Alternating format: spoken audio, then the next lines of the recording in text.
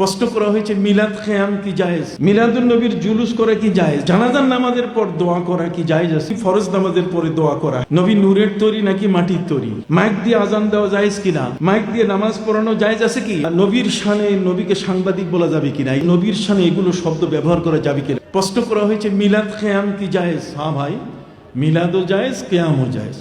মিলাদ গোটা কোরআন ব্যাপী নবীর মিলাদ আছে। মুসা নবীর জন্ম বৃত্তান্ত, ঈসা নবীর জন্ম বৃত্তান্ত, নবী ইব্রাহিম আলাইহিস সালামের জন্ম বৃত্তান্ত, হযরত মরিয়মের জন্ম বৃত্তান্ত ভর্তি কোরআন। কথা বল না, ওই মিলাদ নেই। মিলাদ মানে জন্ম বৃত্তান্ত। আমরা যদি মুসা নবীর জন্মের ইতিহাস বলতে পারি, তাহলে আমার নবীর জন্মের ইতিহাস বলতে পারি না? হাত উঁচু করেন, পারি কিনা? বলবেন ক্যাম করি কেন? ক্যাম হচ্ছে সম্মান। শ্বশুরকে দেখলে কি বসে থাকে জামাই? চেয়ারম্যান সাহেবকে দেখলে কি তার এলাকার মানুষ বসে থাকে? কথা বলেন। এমপি সাহেবকে দেখলে কি বসে থাকে? একটা সম্মান। আল্লাহ বলছেন সল্লু আলাইহি ওয়া সাল্লিমু তাসলিমা, নবীর উপর দরুদ পড়ো এবং সম্মানের সাথে তাকে কি দাও? সালাম দাও। এই জন্য দাঁড়াইয়ে সালাম দেই।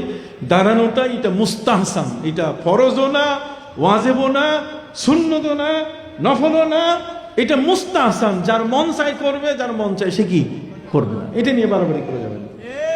আপনি কি বুঝতে পারছেন? সম্মানিত সুধী, মিলাদুন নবীর জুলুস করে কি জায়েজ? জুলুস মানে নবীর প্রেমের রাস্তায় বের হয়ে সেদিন ইয়া নবী সালাম আলাইকা বলা, এটা না জায়েজ না। এটা ইসলাম সমর্থন করে এই অর্থে যে নবীর প্রেমিকরা এটা করতেই পারে।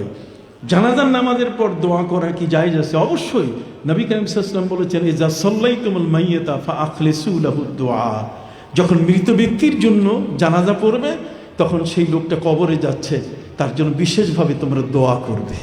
কথা বলছেন না? কাজী জানাজার পরে মৃত ব্যক্তির চেয়ে বড় অসহায় আর কেউ নাই। নবীজি বলেছেন মাল মাইয়াতু ফিল কবর ইল্লা কাল গারিকিল মুতাকাব্বিস ইয়ান্তাজিরু দাওয়াতাম মিন আবিন আও আখিন আও সাদিকিল্লাহ।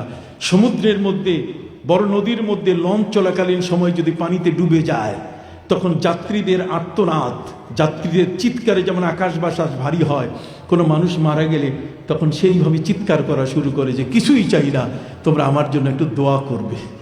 কথা বুঝতে পারছেন? সে তার পরিবারবর্গ, আপনজনের কাছে দোয়া চায়। অতএব সম্মানিত সুধী, এই ব্যক্তির জন্য দোয়া, অসহায় ব্যক্তিদের জন্য জানাজার নামাজে যত মুসল্লি বেশি হবে তত মুর্দারের জন্য উপকার।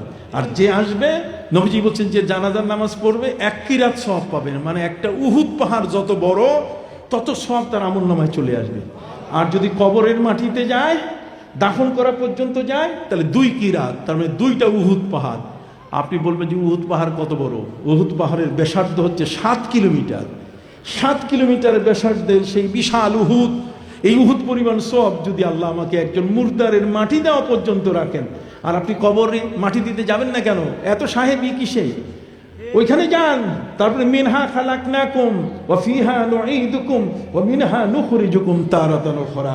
মাটিটা হাতে নিয়ে তারপর দেখেন না কার উপরে আপনি, কার বুকে মাটি দিচ্ছেন। এইরকম আপনারও বুকে কি দেওয়া হবে? মাটি দেওয়া হবে। খেয়াল করছেন কথাটা? সম্মানিত সুধী, ফরজ নামাজের পরে দোয়া করা, হ্যাঁ অবশ্যই। নবী করিম সাল্লাল্লাহু আলাইহি ওয়াসাল্লাম তিনি একবার ফজরের নামাজের পরে তিনি দোয়া করেছেন। আর আবু উমামা রাদিয়াল্লাহু হাদিসের মধ্যে এসেছে, নবী করিম সাল্লাল্লাহু আলাইহি ওয়াসাল্লাম তিনি বলেছেন যে নবী সাল্লাল্লাহু আলাইহি ওয়াসাল্লামকে প্রশ্ন করা হচ্ছে আইয়ুদ দোয়াই আসমাও, সবচেয়ে বেশি কোন দোয়াটা আল্লাহ শোনেন? কয় দুবুর কুল্লি সালাওয়াতি মাকতুবা, প্রত্যেক ফরজ নামাজের পরে। সুবহানাল্লাহ বলেন। জওফিল্লাহি, গভীর রজনীতে। নবী নূরের তৈরি নাকি মাটির তৈরি? নবী যখন বাবা আদমের দিকে তাকাবেন তখন মাটি, আর যখন আল্লাহর আরশের দিকে তাকাবেন তখন কি? নূর। কত কন না? এইটা নিয়ে ভেজাল করবেন না, খবরদার।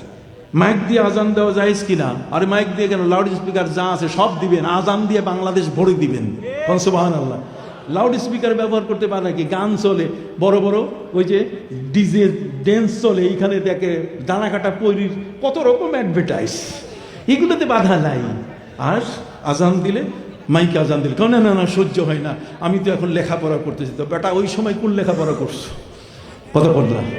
সম্মানিত সুধী, মাইক দিয়ে নামাজ পড়ানো জায়েজ আছে কি? অবশ্যই মাইক দিয়ে নামাজ পড়ানো কি আছে?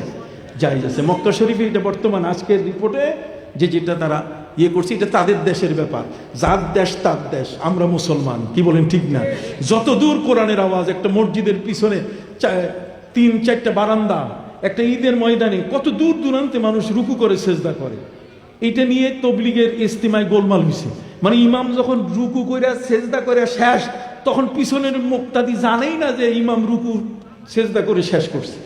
অতএব মাইক দিলে পুরাটা সবার জন্য সুবিধা হয় না।